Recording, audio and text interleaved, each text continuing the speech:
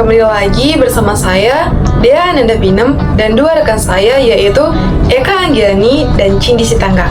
Di video kali ini, kami akan membahas tentang konsep dan klasifikasi biaya. Sebelum itu, mari kita ketahui bersama dulu apa sih pengertian biaya. Biaya adalah pengeluaran yang dikeluarkan untuk mendapatkan jasa maupun barang. Dan biasanya, biaya ini dapat diukur dalam bentuk uang. Menurut Mulyadi, biaya adalah pengorbanan sumber daya ekonomi yang digunakan untuk memenuhi kebutuhan tertentu. Nah, konsep biaya ini sangat dibutuhkan perusahaan untuk membantu mereka dalam merencanakan dan mengendalikan pengeluaran agar mereka bisa lebih efisien dan mendapatkan keuntungan yang lebih. Untuk itu, mari kita belajar lebih dalam tentang konsep dan klasifikasi biaya. Di dalam akuntansi, biasanya biaya dibagi menjadi beberapa jenis. Ada biaya tetap, yaitu biaya yang tidak berubah meskipun jumlah barang yang diproduksi berbeda, seperti sewa gedung. Dan ada juga biaya variabel, yaitu biaya yang berubah sesuai dengan jumlah barang yang diproduksi, seperti bahan baku. Nah, memahami perbedaan antara jenis-jenis biaya ini membantu manajer dalam membuat keputusan tentang harga dan produksi serta mengelola anggaran dengan lebih baik. Seorang ahli akuntansi, Abdul Halim, menjelaskan bahwa akuntansi biaya sangat penting untuk menentukan harga pokok dan membantu perusahaan dalam merencanakan anggaran. Dengan informasi yang tepat mengenai biaya, perusahaan dapat menghindari kesalahan yang menetapkan harga pokok dan meningkatkan daya saing di pasar. Ini menunjukkan betapa pentingnya memahami konsep biaya bagi keberlangsungan bisnis. Salah satu tujuan utama klasifikasi biaya adalah untuk memudahkan perusahaan dalam mencatat dan menghitung pengeluaran. Dengan mengelompokkan biaya berdasarkan kategori tertentu seperti biaya produksi, biaya pemasaran, atau biaya administrasi, perusahaan dapat lebih mudah memahami dan mengontrol berapa banyak uang yang dikeluarkan untuk setiap bagian. Klasifikasi biaya juga membantu perusahaan dalam menentukan harga pokok penjualan atau HPP dan margin keuntungan.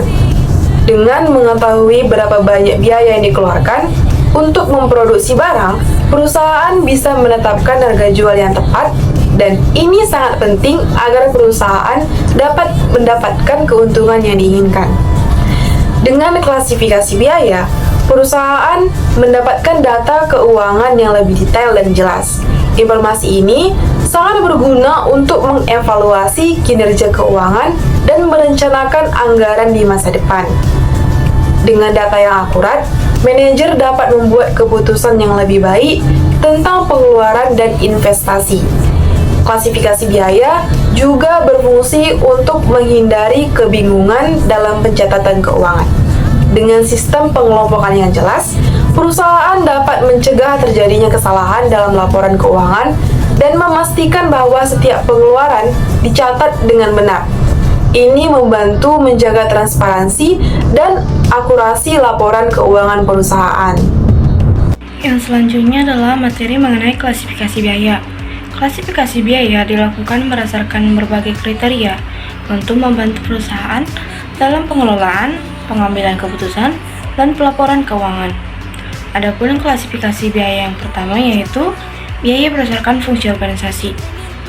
Ada biaya produksi yang merupakan biaya yang terjadi untuk mengolah bahan baku menjadi barang setengah jadi maupun barang jadi yang siap untuk dijual. Biaya produksi terdiri dari 3 unsur biaya, yaitu biaya bahan baku langsung, tenaga kerja langsung, dan biaya pabrik tidak langsung atau biaya overhead pabrik. Direct material atau biaya bahan baku langsung merupakan biaya yang membentuk sebagian besar bahan baku untuk menjadi produk setengah jadi atau barang jadi. Contoh, produksi baju bahan bakunya yaitu kain. Ada direct labor atau tenaga kerja langsung merupakan upah yang dibayarkan oleh perusahaan kepada tenaga kerja yang berkaitan langsung dengan aktivitas produksi. Contoh tenaga kerja langsung untuk produksi mebel adalah tukang kayu, tukang amplas, tukang cat, tukang gergaji, dan tenaga kerja langsung lainnya yang bekerja memproses kayu menjadi mebel. Selanjutnya, factory overhead atau biaya overhead pabrik merupakan biaya yang tidak termasuk direct material dan direct labor atau biaya pabrik tidak langsung. Misalnya bahan penolong, upah tak langsung, beban reparasi, pemeliharaan mesin, dan gedung pabrik. Selanjutnya dari klasifikasi biaya yang pertama ini yaitu biaya non-produksi, yaitu biaya yang tidak berhubungan dengan proses produksi, yang meliputi biaya administrasi dan umum, yaitu biaya-biaya yang terjadi dan berhubungan dengan fungsi administrasi dan umum untuk kegiatan perusahaan secara keseluruhan. Contoh biaya gaji bagian akuntansi. Selanjutnya ada biaya pemasaran atau marketing cost, yaitu biaya-biaya yang terjadi untuk melaksanakan kegiatan pemasaran produk seperti biaya iklan. Klasifikasi yang kedua yaitu biaya berdasarkan dengan waktu pembangunannya. Ada capital expenditure atau pengeluaran modal, yaitu pengeluaran yang akan memberikan manfaat atau benefit pada periode akuntansi, atau pengeluaran yang akan dapat memberikan manfaat pada periode akuntansi yang akan datang. Contohnya yaitu biaya perbaikan mesin. Selanjutnya dari biaya berdasarkan dengan waktu pembangunannya ada revenue expenditure atau pengeluaran pendapatan, yaitu pengeluaran yang akan memberikan manfaat hanya pada periode akuntansi di mana pengeluaran itu terjadi. Misalnya biaya air dan biaya telepon. Klasifikasi yang ketiga yaitu biaya berdasarkan departemen. Ada departemen produksi yang merupakan kegiatan suatu departemen di mana biaya yang telah dikonsumsi atau dikeluarkan untuk menghasilkan suatu produk dibebankan langsung kepada hasil produk dan tidak dialokasikan lebih lanjut kepada departemen yang lain. Misalnya biaya pada departemen komponen, departemen perakitan, departemen penyelesaian, dan departemen pengendalian mutu pada perusahaan otomotif. Selanjutnya ada service departemen atau departemen jasa, merupakan suatu unit bagian yang tidak langsung terlibat dalam kegiatan proses produksi, sehingga biaya yang telah dikonsumsi oleh departemen tersebut dialokasikan lebih lanjut kepada departemen yang telah memberikan jasanya. Misalnya, biaya yang terjadi pada departemen gedung. Klasifikasi yang keempat yaitu biaya berdasarkan hubungan biaya dengan sesuatu yang dibiayai. Ada biaya langsung atau direct cost, merupakan biaya yang terjadi di mana penyebab satu-satunya adalah karena ada sesuatu yang harus dibiayai. Dalam kaitannya dengan produk, biaya langsung terdiri dari biaya bahan baku dan biaya tenaga kerja.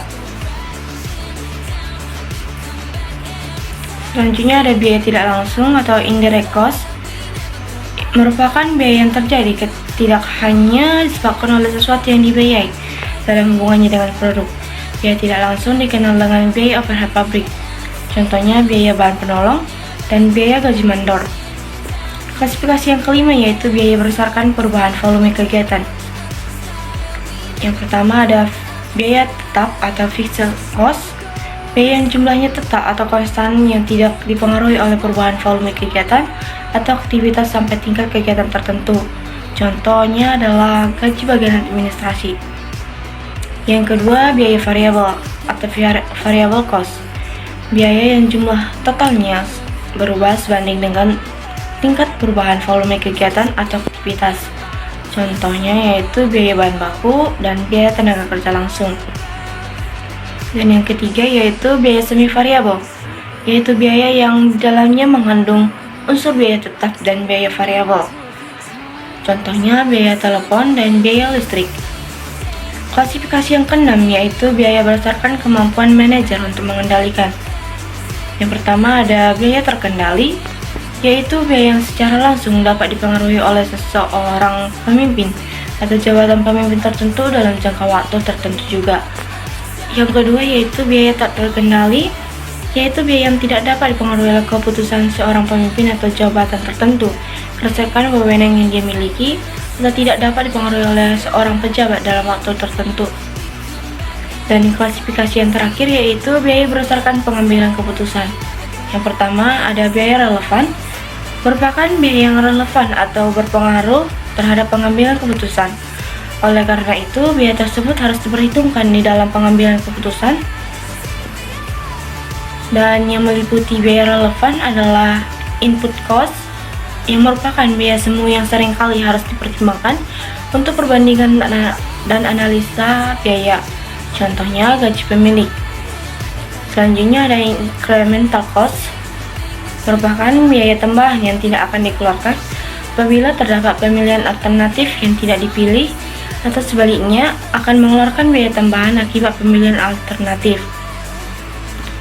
Selanjutnya, differential cost merupakan biaya yang terjadi karena adanya perbedaan biaya antara satu alternatif dengan alternatif lainnya. Baik, pembahasan selanjutnya yaitu mengenai perilaku biaya.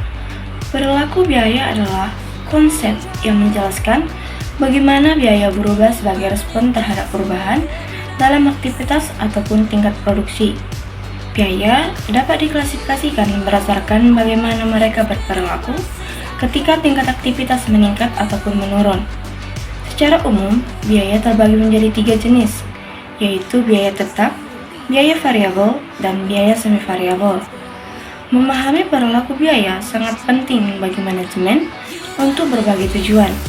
Pertama, ini membantu perusahaan dalam mengendalikan biaya, yaitu memastikan pengelolaan tetap sesuai dengan anggaran dan mencegah pemborosan. Dengan memahami perilaku biaya, perusahaan dapat mengidentifikasi area di mana efisiensi dapat ditingkatkan. Selain itu, perilaku biaya penting untuk pengestimasian biaya. Manajemen perlu memperkirakan total biaya yang akan dikeluarkan berdasarkan tingkat aktivitas yang telah direncanakan. Informasi ini berguna untuk menyusun anggaran, mengatur kebutuhan sumber daya, dan membuat perencanaan keuangan yang lebih baik. Terakhir, pemahaman terhadap perilaku biaya mendukung pengambilan keputusan yang strategis. Misalnya, manajemen dapat menggunakan informasi biaya untuk menentukan harga jual produk, memutuskan apakah akan memproduksi sendiri atau akan membeli bahan baku, dan mengevaluasi kelayakan suatu proyek baru. Dengan informasi biaya yang akurat, keputusan bisnis dapat lebih efektif dan mendukung tujuan jangka panjang perusahaan. Oke, baiklah, di sini ada contoh kasus, yaitu untuk membuat 800 unit tas rajut PT Rajman dibutuhkan biaya sebagai berikut. Nah, yang pertama itu biaya gaji karyawan kantor sebesar 4 juta rupiah, dan yang kedua biaya gaji karyawan produksi sebesar 1.600.000 rupiah, atau ongkos potong, jahit, dan packing sebesar 2.000 per tasnya. Nah, yang tiga itu biaya bahan baku dan barang, totalnya 15 juta rupiah. Nah, bahan ini termasuk bahan kaos dan benang yang per tasnya itu sebesar 18.750 perak. Nah, yang keempat itu adalah biaya tetap, itu sebesar 4 juta rupiah. Nah, baiklah, di sini kita akan mencari biaya variabelnya terlebih dahulu. Nah, biaya variabelnya yaitu rumusnya biaya gaji karyawan produksi ditambah dengan biaya bahan baku dan barang per 800 unit tas yang akan dibuat, yaitu totalnya sama dengan 20.750 per unit tas. Nah, setelah biaya variabelnya dapat, sekarang kita akan mencari total biayanya, yaitu rumusnya biaya tetap ditambah biaya variabel. Nah, setelah kita menghitung biaya variabelnya, kita akan menghitung total biayanya, yaitu rumusnya biaya tetap ditambah biaya variabel. Total biaya yaitu hasilnya sama dengan 20.600.000 rupiah. Jadi total biaya untuk produksi 800 tas itu adalah 20.600.000 rupiah. Oke, kita akan lanjut ke slide selanjutnya, yaitu di sini kita akan membahas biaya tetap. Nah, biaya tetap adalah biaya yang jumlah totalnya tetap tidak berubah meskipun volume produksi perusahaan berubah. Nah, di sini ada ilustrasi contoh soal, yaitu perusahaan sweater Anita setiap bulan secara rutin memproduksi sweater sebanyak 4.000 unit.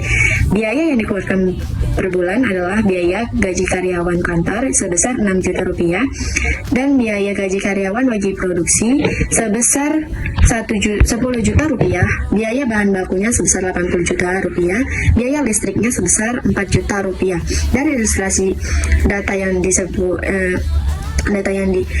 dibuat, biaya tetap adalah biaya gaji karyawan kantor karena tidak dipengaruhi besarnya produksi sweater meskipun perusahaan membuat sweater lebih sedikit maupun lebih banyak tiap bulan perusahaan. Perusahaan Anita akan mengeluarkan gaji karyawan kantor sebesar 6 juta. Nah, apabila biaya tetap dibebankan pada aktivitas produk, maka jika produk makin sedikit, maka harga satuan makin tinggi dan begitu pula sebaliknya. Biaya tetap dibagi menjadi dua, yaitu biaya tetap komitmen, yang misalnya biaya depresian gedung, biaya depresian mesin, pajak bumi, dan bangunan. Nah, yang kedua itu biaya tetap diskresionari, contohnya itu seperti biaya riset dan pengembangan, biaya promosi, biaya program latihan karyawan, dan biaya konsultan. Nah, ini untuk slide selanjutnya, biaya variabel. Biaya variabel adalah biaya yang jumlah totalnya akan berubah seiring dengan perubahan volume produksi, seperti yang kita jelaskan di awal tadi. Nah, biaya variabel ini dibagi menjadi dua, yaitu biaya variabel engineer atau engineered variable cost. Contohnya itu biaya bahan baku yang dimasukkan ke proses produksi memiliki hubungan erat dengan output yang dihasilkan. Nah, yang kedua itu biaya variabel discretionary atau discretionary variable cost. Contohnya biaya kondisi bagi tenaga penjual yang sudah ditentukan sebesar persentasenya. Persentase tertentu dari penjualan dan jumlah akan berubah sesuai dengan kebijakan manajemennya. Selanjutnya yaitu di sini ada biaya semi variabel. Seperti yang sudah kita jelaskan tadi, biaya yang jumlahnya berubah secara tidak proporsional yang mempunyai hubungan dengan perubahan kuantitas barang yang diproduksi. Pada biaya ini, perusahaan sweater Anita pada biaya ini harus ada unsur biaya tetap dan biaya variabelnya. Nah, pada ilustrasi sebelumnya, pada perusahaan sweater Anita, maka yang termasuk biaya semi variabel adalah biaya listrik, di mana biaya listrik adalah tarif tetap dan dasar dari PLN. Karena dia langsung ditentui oleh perusahaannya, makanya dia dibilang termasuk biaya semi variabel. Dan sisanya biaya variabel, di mana listrik pabrik tergantung pemakaian sesuai banyak sedikitnya volume listrik yang digunakan untuk proses produksi. Untuk tujuan perencanaan, pembuatan keputusan dan pengendalian biaya, maka biaya semi variabel harus dipisahkan ke dalam biaya tetap dan biaya variabel. Pendekatan dan metode yang dapat digunakan untuk memisahkan biaya semi variabel adalah yang pertama itu metode titik tertinggi dan terendah.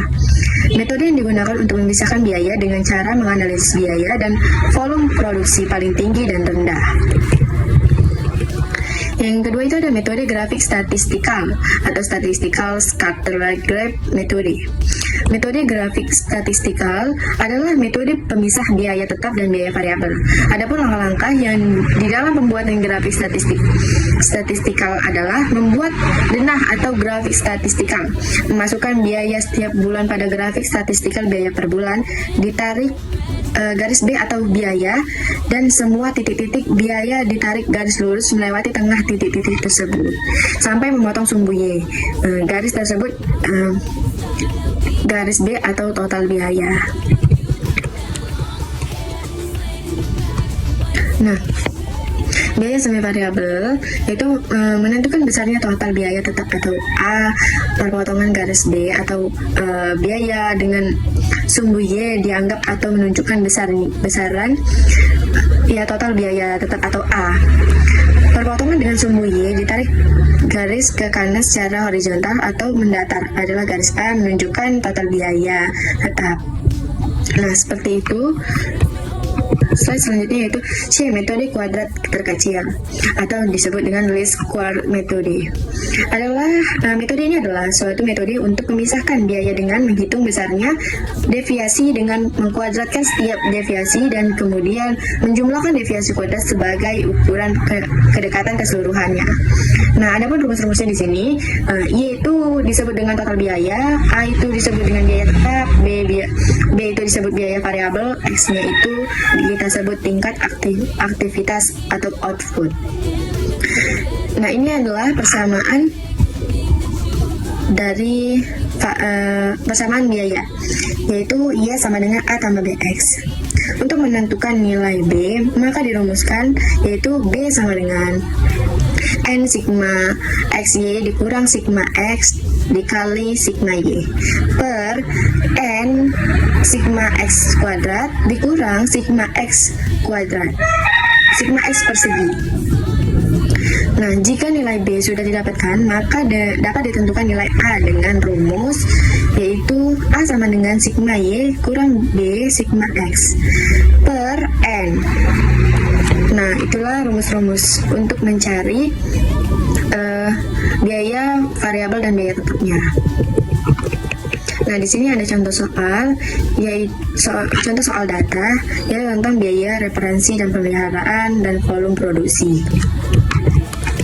Nah, untuk cara pengerjaannya, di sini kan sudah diketahui ini sigma X-nya berapa, sigma Y-nya berapa, sigma XY-nya berapa, sigma kuadratnya juga berapa, sigma X kuadratnya juga berapa. Baiklah, di sini kita akan mencari biaya perawatan dan volume produksi selama 12 tahun. Dan di sini kita akan menghitung biaya variabelnya terlebih dahulu, yaitu B sama dengan rumusnya yang tadi yang kita bahas di atas tadi, yaitu N sama dengan N dikali sigma XY dikurang sigma X dikali sigma Y per N dikali sigma X kuadrat dikurang sigma X. Lalu di sini sudah ada perhitungannya, yaitu yang B sama dengan 12 dikali 82 triliun 216 500 ribu rupiah dikurang dengan 88 600 dikali 10 juta 845 ribu per 12 dikali 680 juta 780 ribu dikurang 88 600 kuadrat sama dengan hasilnya itu 3,15 sekian. Nah, yang B-nya yang sudah dapat kita yang B, sekarang kita akan mencari yang A-nya, yaitu senilai yang A-nya itu tadi kan rumusnya yaitu kita lihat dulu ya, rumusnya sigma Y dikurang B dikali sigma X per N. Nah, di sini sudah diberitahukan yang A-nya sama dengan 10.845.000 dikurang B sama dengan 88.600 perak 600 rupiah sama dengan 10.845 dikurang 3,15 dikali 88.600 rupiah per 12 sama dengan hasilnya 880,495 rupiah. Jadi biaya referensi dan pemeliharaan tersebut terdiri dari persamaan biaya yaitu Y sama dengan 880,495 ditambah dengan 3,15 X. Kesimpulannya di sini dari contoh di atas, biaya tetapnya itu sebesar 880,495 dan biaya variabelnya 3,15 per unit produksi. Artinya, jika volume produksi berubah, total biaya akan dihitung berdasarkan persamaan. Nah, persamaannya yaitu yang tadi, yang Y sama dengan 880,495 ditambah 3,15 X. Dengan persamaan ini, kita bisa memperkirakan total biaya untuk berbagai tingkat produksi. Misalnya kayak jika kita memproduksi sebesar 1000 unit, maka tinggal kita kalikan aja yang tadi dengan persamaan biayanya tadi, yaitu Y sama dengan 880,495 ditambah 3,15 dikali 1000 unit yang akan kita produksi. Jadi totalnya sama dengan 3.030,495 rupiah. Baiklah, yang selanjutnya itu ada biaya semi variabel dengan metode biaya berjaga atau standby metode. Metode ini adalah suatu metode untuk memisahkan biaya dengan cara menghitung berapa biaya yang harus tetap dikeluarkan seandainya perusahaan ditutup untuk sementara atau tidak berproduksi, sehingga volume produksinya dianggap nol. Kesimpulan dari konsep dan klasifikasi biaya ini adalah bahwa pemahaman mengenai berbagai jenis biaya sangat penting untuk mendukung pengambilan keputusan yang efektif dalam suatu organisasi. Dalam akuntansi manajemen, biaya didefinisikan sebagai pengorbanan sumber daya yang bernilai ekonomi untuk mencapai suatu tujuan. Konsep dan klasifikasi biaya dalam akuntansi manajemen bertujuan untuk membantu manajer memahami bagaimana biaya berperilaku dan bagaimana biaya tersebut memengaruhi keputusan-keputusan strategis. Pemahaman akan klasifikasi biaya ini memudahkan manajer untuk melakukan analisis biaya, mengendalikan anggaran, menyusun laporan biaya, serta memaksimalkan efisiensi dalam penggunaan sumber daya. Dengan demikian, materi ini menjadi landasan penting bagi manajer dalam merencanakan dan mengendalikan operasi perencanaan secara optimal, serta dalam meningkatkan profitabilitas dan daya saing pertumbuhan. Sekian penjelasan kami tentang konsep dari klasifikasi biaya. Semoga teman-teman sekalian dapat terbantu dan kita dapat belajar bersama. See you in the next video.